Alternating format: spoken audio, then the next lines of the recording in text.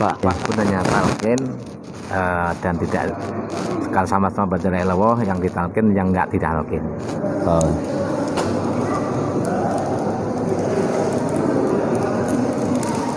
Apa bedanya ditalqin dan tidak ditalqin? Iya. Ditalqin dan tidak ditalqin.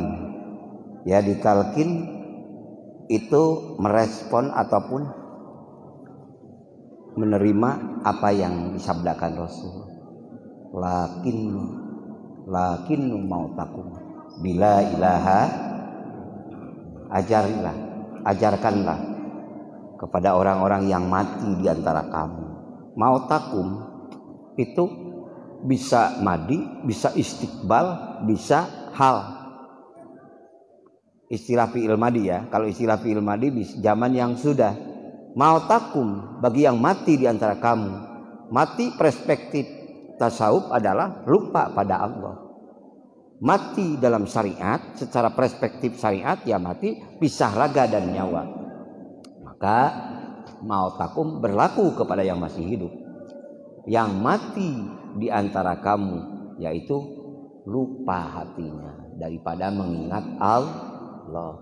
Lalu ditalkinkan, diajarkan oleh Rasulullah Shallallahu Alaihi Wasallam, lalu menerima, maka itu dianggap sebagaimana Rasulullah sabdakan, masalul ladzi yadhkuru rabbahu wal ladzi la yadhkuru rabbahu masalul hayyi wal mayyiti. Itu dalilnya dari hadis Rasul juga. Perumpamaan orang yang mengingat Allah dengan orang yang tidak mengingat Allah, yaitu perumpamaannya bagai orang hidup dan mati. Masalul hayyi wal mayyiti. Jadi perumpamaannya itu bagaikan orang yang hidup dan mati. Walaupun kita makannya hebat, kuat, tenaga hebat, kita kuat silat, kuat fitness, kuat olahraga sepak bola, volleyball, tapi hati kita dulu. Tapi hati kita lupa Allah. Itu menurut perspektif thariqah sufi ataupun dari kalangan-kalangan ruhani dianggaplah mati. Mati hatinya. Jadi lakinnu mautakum bila ilaha, ya, papatahan kata orang Sunda mah. Nu maut di antara anjeun, yang mati di antara kamu dengan la ilaha. Tatkala hidup hatinya hidup dianggapnya. Itu sabda Rasulullah. Gitu. Bagaimana perumpamaannya ataupun keutamaannya? Yang belum ditalkin dikiranya bagus karena kalimah thayyibah, dikrul hasanah, kalimah ikhlas. Yang mengucapkannya bagus, yang diucapkannya sudah jelas kalimah bagus, maka dikrul hasanah. Tapi apakah dia darajat ataupun tidak tergantung dirinya. Apakah waktu diucapkannya itu nyambung ingatan dan perasaan dan ucapan? Maka tatkala dia ditalkinkan jadi nyambung ucapan dan ingatan, maka itu dikirnya dikrud darajat, dikir yang meningkatkan kualitas hamba kepada Allah.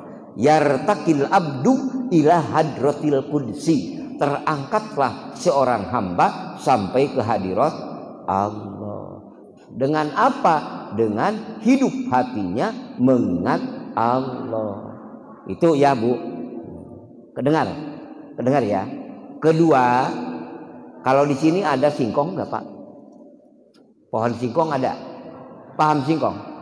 Kita mau nanam singkong, punya singkong biasa, mau ditanamkan, nah udah aja lah lemparin aja gitu.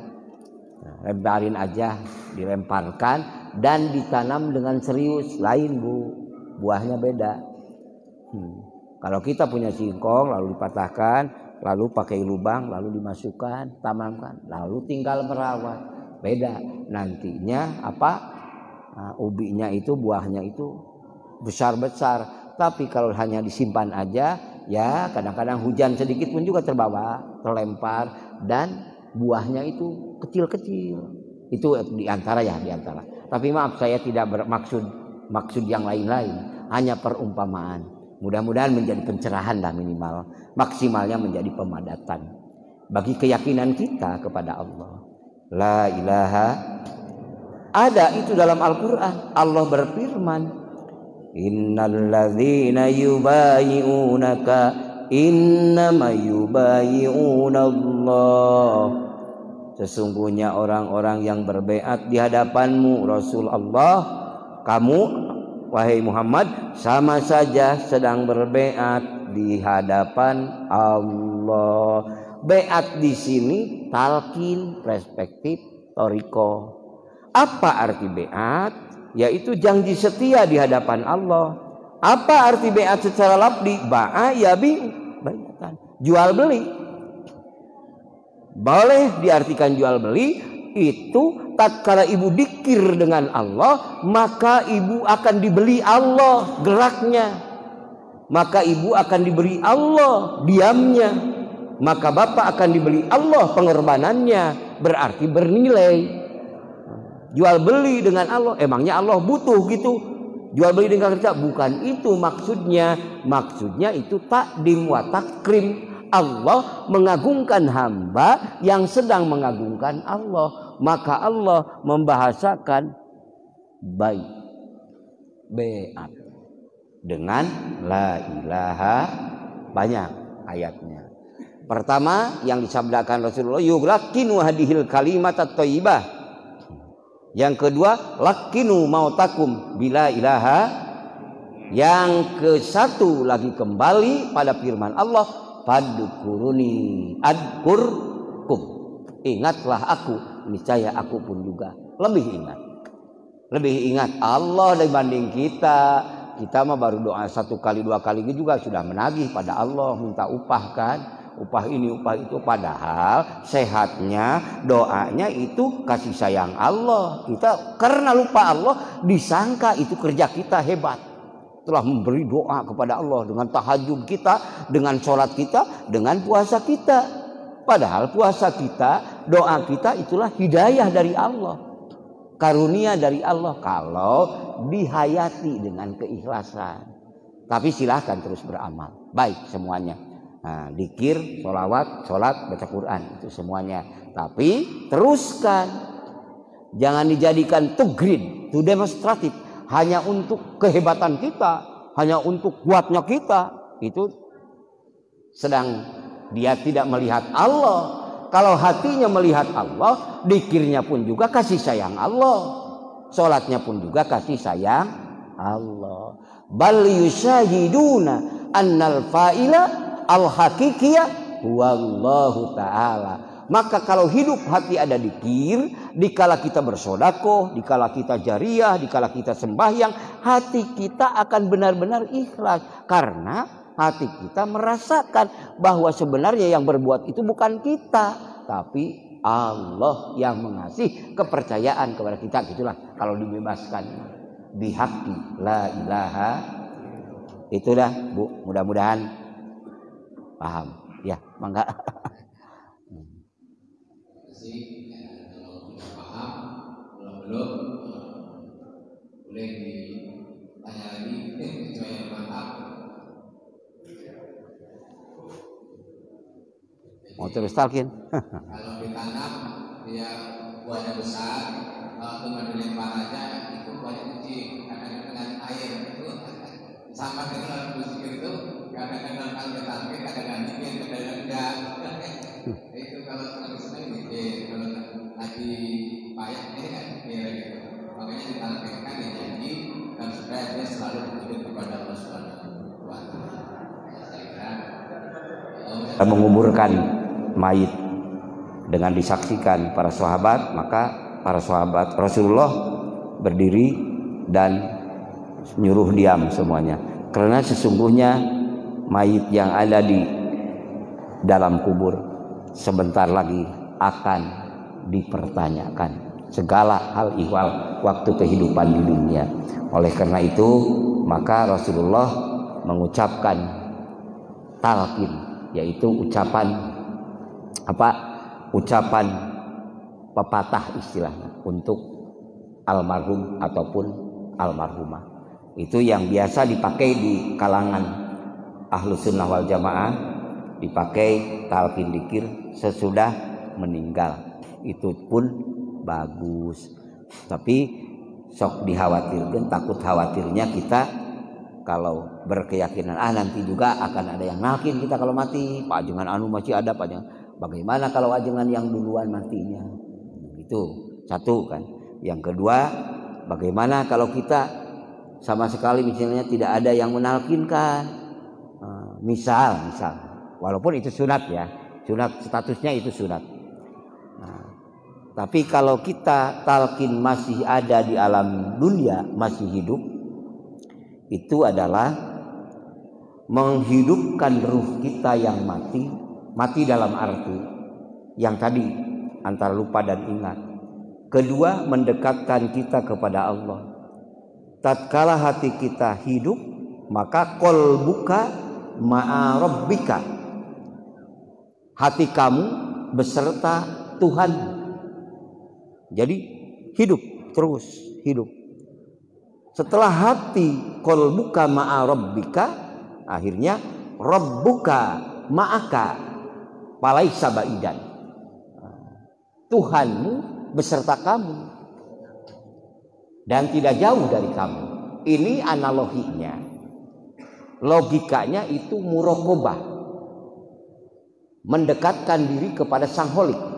Bukan dalam arti manunggalin kaulah Gusti, bukan. Maksud ini penerangan. Jadi maksudnya adalah mendekatkan ruh kita kepada Sang Maha Pemberi. Fatalaqa Adamu min rabbih bikalimatin. Fatalaqa Adamu min rabbih bikalimatin fataba alaihi innahu huwat tawwabur rahim. Menerima talqinlah, maka menerima talqinlah Nabi Adam min rabbih, dari Tuhannya, bikalimatin, beberapa kalimat, fataba, kemudian menerima tobat, alaihi, Allah, alaihi kepada Nabi Adam alaihissalam. Innahu, sesungguhnya Allah, huwal ghafurur rahim, dialah maha ghafur dan maha rahim. Bikalimatin, tafsir Jalalain, tafsir Jamal, tafsir Al-Maraghi, antara perintah dan larangan. Kalimatin, bikalimatin, perspektif Sufiyah, tafsir Sufi As-Sauri, tafsir Sufi Al-Zailani menafsirkan bikalimatin la ilaha illallah, diperkenalkan kepada Adam supaya Adam tahu Rabbnya yang menciptakan, supaya Adam tahu tempat kembali, supaya Adam tahu tempat segala sesuatu hanya Dia yang maha memilikinya. Maka Nabi Adam tatkala menerima talqin ataupun beberapa kalimat, Adam tahu hakikat dan syariat, tahu syariat, upaya kita, daya kita, hebat kita, kuat kita, tapi hakikat milik Allah segala-galanya.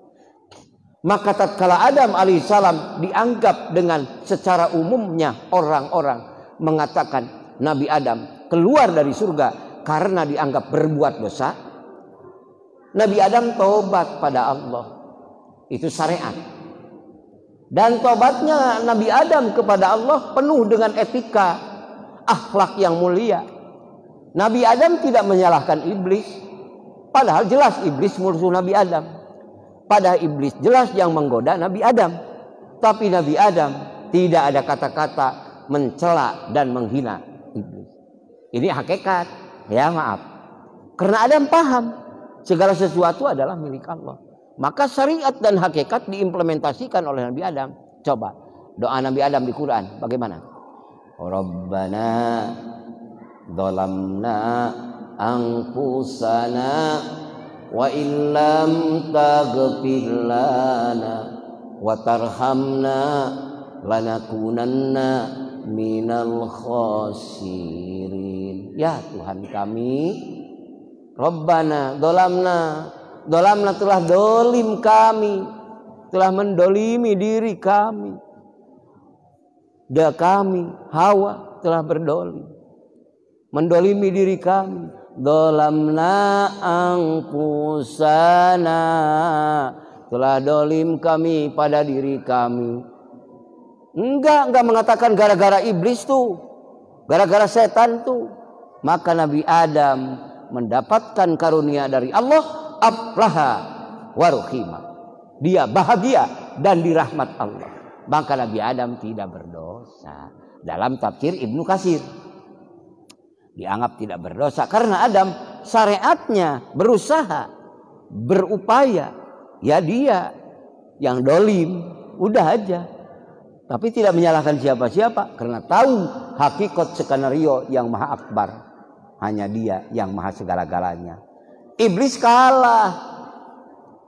Kalah apa? Karena ada nur di Adam. Nur jamalihi min nuri jamalihi, dari nur jamalnya Allah. Begitu indah etika tobat Nabi Adam. Iblis kalah main.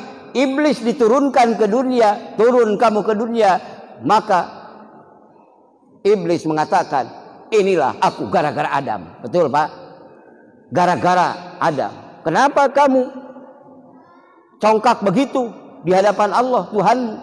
Ya karena kenapa saya harus sujud kepada Adam? Wah, jadi lama kan? Lama karena sombong. Karena sombong. Maka karena iblis tidak mendapatkan bimbingan, karena sudah merasa tidak merasa perlu bimbingan, maka itulah sifat iblis. Sehebat apapun kita memiliki ilmu, sehebat apapun kita memiliki kekuatan, sehebat apapun kita memiliki kekayaan, sehebat apapun kehebatan kita intelektual, spiritual, intelektual dan segala yang ada, maka karena kita adalah hamba, perlu kita memiliki pembimbing. Rasulullah sebaik-baik makhluk, Rasulullah tidak ada tandingnya kemuliaan di dunia dan di akhirat, dan itu takdir Allah. Tapi Rasulullah secara syariat tetap memiliki guru. Siapa? Jibril al-Matin. Walaupun kemuliaannya di atas Jibril, walaupun makrifatnya di atas Jibril, tapi Rasulullah menjadi suri tauladan kepada umatnya dari mulai awal para sahabat sampai hari kiamat. Itulah manusia yang dianggap bihaqqi la ilaha. Kedua kita ini kalau yang mau talqin yang enggak apa-apa. Tapi bagi seorang sufi, kenapa hati kita begitu alergi menyebut nama Allah dan dititipkan nama Allah oleh sipulan kepulan. Nama itu bukan nama yang lain-lain, tapi nama penciptamu. Tapi nama pencipta langit dan bumi, kamu merasa gengsi menyebut nama Allah. Itu misalnya. Kamu merasa alergi menyebut nama Allah. Sehebat apa sih kamu? Sekuat apa kamu? Kayakmu, hebatmu, pintarmu? Mulai sadar hati, iya ya Rob, malu aku dulu. Kamu kok nggak mau? Di hati ini Pak, kalau kita tidak ingat Tuhan, ini sudah penuh. Dengan nikmat-nikmat Allah sudah penuh. Mobil mewah, gedung megah, istri, anak, sawah, semuanya. Tidak dipinta pun juga sudah penuh di hati. Tapi untuk ingat Allah susah kalau kita tidak saling mengingatkan. Maka pertama dalam syariat, watawasau bil haqqi watawasau bis sabri. Layaknya orang beriman itu saudara dengan saudara itu saling menasehati di dalam hak dan sabar. Watawasau bil haqqi watawasau bis sabri. La ilaha, mudah-mudahan. Jadi introspeksinya di dalam ruh. kepada diri.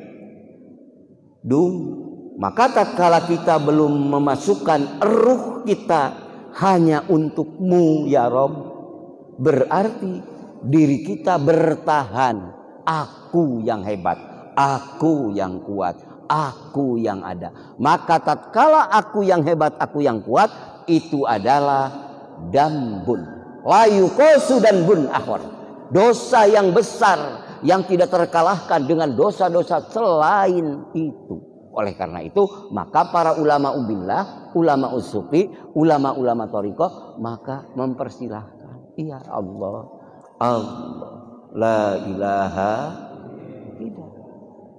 Maka tatkala rubuh, dieruh, koneksi kata Bapak untuk bersama Allah, tatkala ruh sudah ada hidup dalam qalbun ingat Allah, itulah yang difirmankan Allah dalam salah satu hadis qudsi. Dalam kitab Iqadul Imam juga ada dimasukkan apa?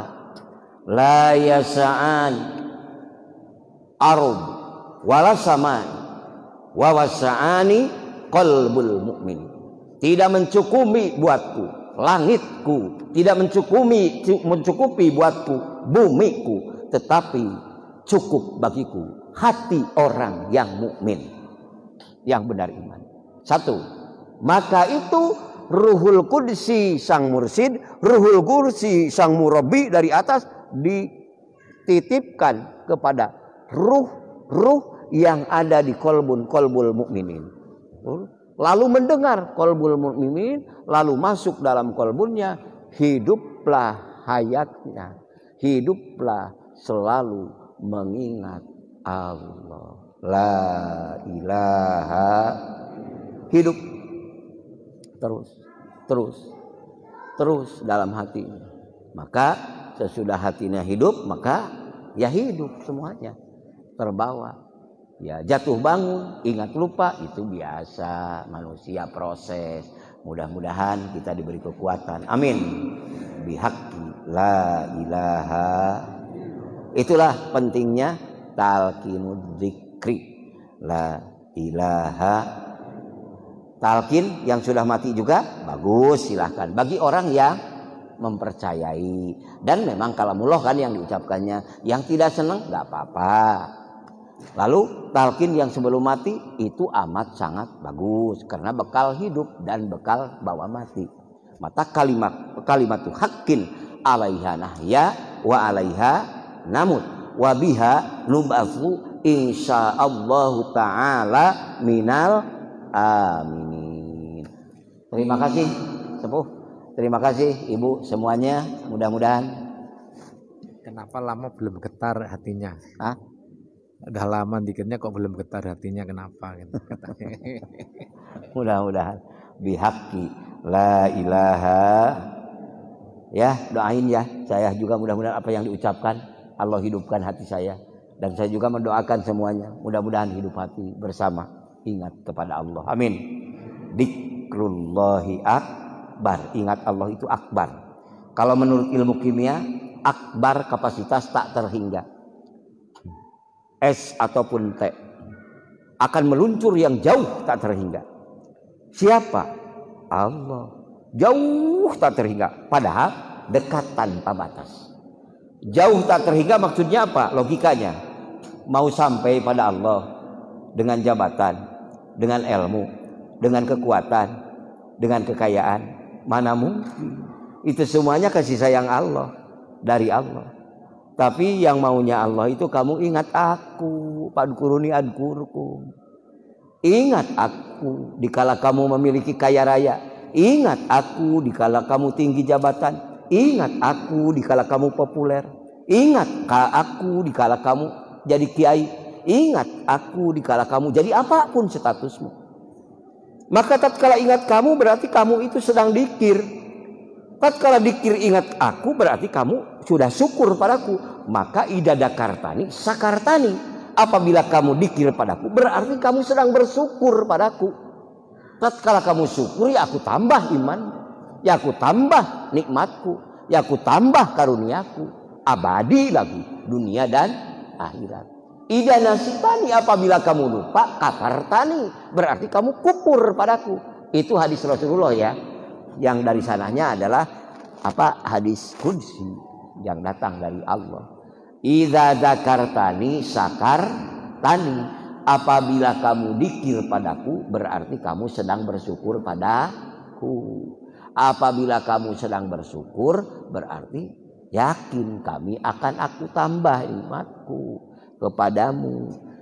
Nambahnya bagaimana? Ziyadah dari Allah itu di mahsyar, di surga kekal abadi, dan ada lagi sesudah itu ada kalau terus dikirnya dihidupkan sampai marifat, Allah akan mengasihi 2 surga. Waliman khafa maqama rabbih jannatan. Bagi orang-orang yang merasa takut dengan makomku, kebesaranku, kehebatanku, keagunganku, kemahadermawananku, merasa takut tertinggal dengan kasih sayangku, kata Allah, maka dia akan mendapatkan jannatan, 2 surga. Surga pertama di dunia, di akhirat. Surga pertama jannatul ma'wa, jannatul firdaus, jannatul adn. Yang kedua surga ma'arif, surga ma'rifat, yaitu engkau mengenal yang dicipta. Ma'rifatul ma'bud, ma'rifat kepada yang disembah. Apa ma'rifat? Tahu, mengenal. Ma'rifatul ma'bud indal ibadah. Jadi kamu mengenal yang disembah di waktu sholat, di waktu baca Quran, di waktu doa. Ma'rifatul ma'bud indal ibadah. Ma'rifatul ma'bud qoblal ibadah. Kamu akan mengenal Allah dikala kamu sebelum sholat, dikala kamu sebelum doa. Kenapa qoblal ibadah sudah mengenal Allah, ma'rifat pada Allah? Karena hati sudah hidup ingat Allah. Dan ma'rifatul ma'bud ba'dal ibadah, mengenal Allah sesudah melaksanakan ibadah yang bersifat dohir, sholat, baca Quran, puasa dan sebagainya. Tapi hati terus hidup bersama Allah.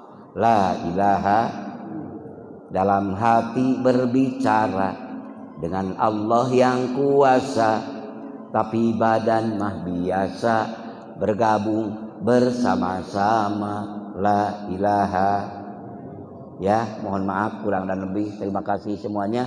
Ya, mudah-mudahan ada manfaatnya. Wassalamualaikum warahmatullahi wabarakatuh.